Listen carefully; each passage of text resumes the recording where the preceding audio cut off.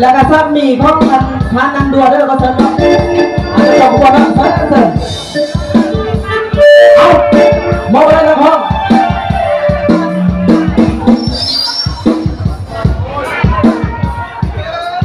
เอาพูดถึงอะไรได้ไหมเนี่ยอาเชิญ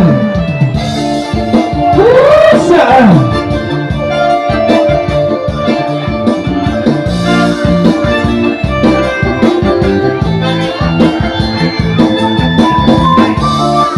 าละใส่กันดีเด้ง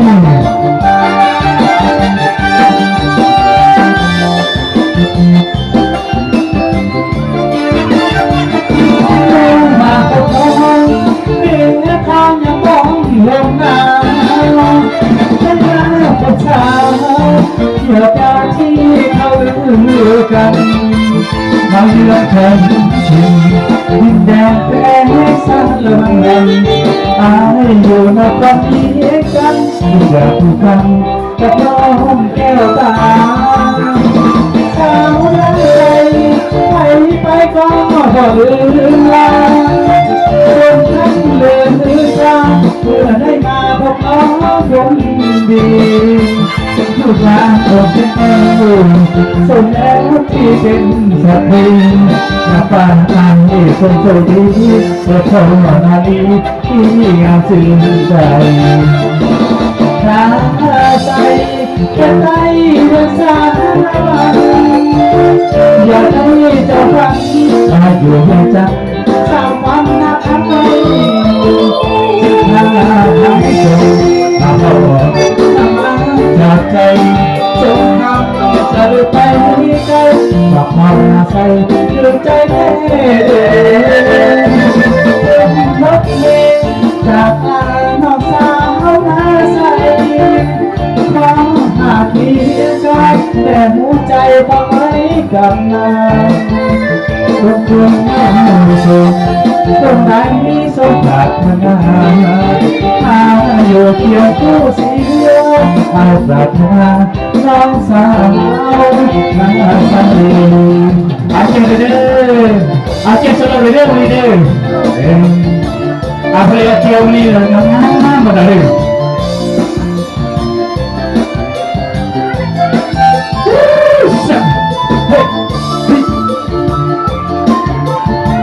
อันเสียเดินทางเจอขับเจอเลยขับเต้จากมือน้ำใจก็ต้องรักษาลาอยากให้จองฝันมาอยู่สิ่งกันสร้างฝันอะไรสิ่งท้าทายส่งทางพอทำงานจากใจจงทำจะลืมไปใจต่อพร้อมนาใส่ใจเท่เงินนักลิงจากลานอกสาวตาใสขอหากที่ใจแต่หัวใจพาไปกับเรายังคุยยุ่งตรงไหนมีสมปรารถนามาอยู่เพียงคู่สีไปปรารถนาน้องสาวนาใสไปเจอสถานเด้อเฮ้ยคุณคนสะดุ้งนี่เด้คนขี้คุณนะเด้เอาเข้าใจน้ำจับเตี้ยเดิมนี่เด้เอาสาวเตี้ยลวดนั่นน่ะ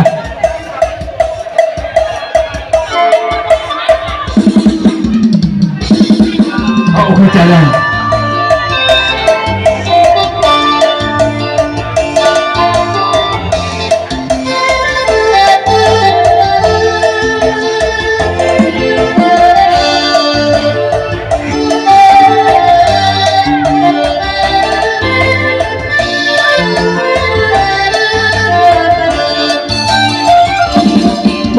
จง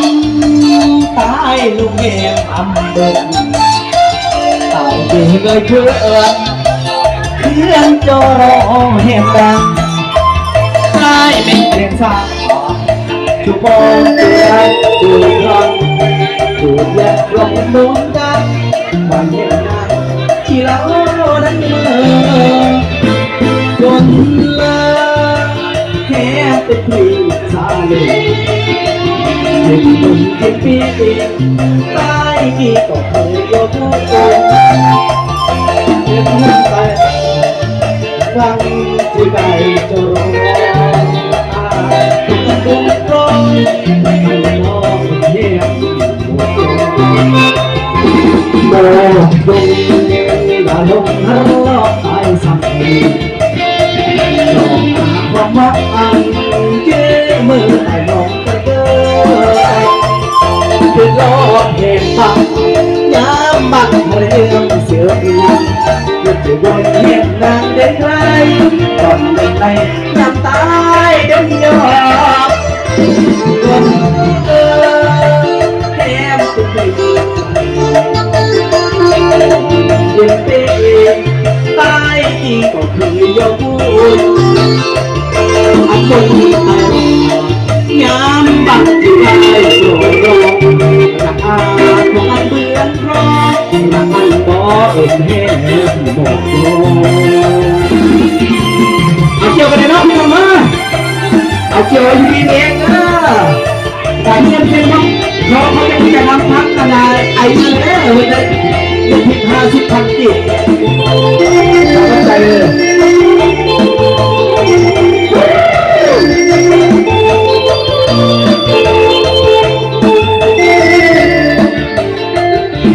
มองลงตาลงฮัลโหลตายสั่งออกอาความบ้า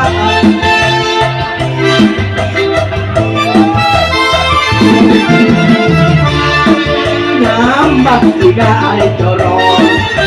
อาของอันเบื้องคลองรักอันรอเป็นเพลง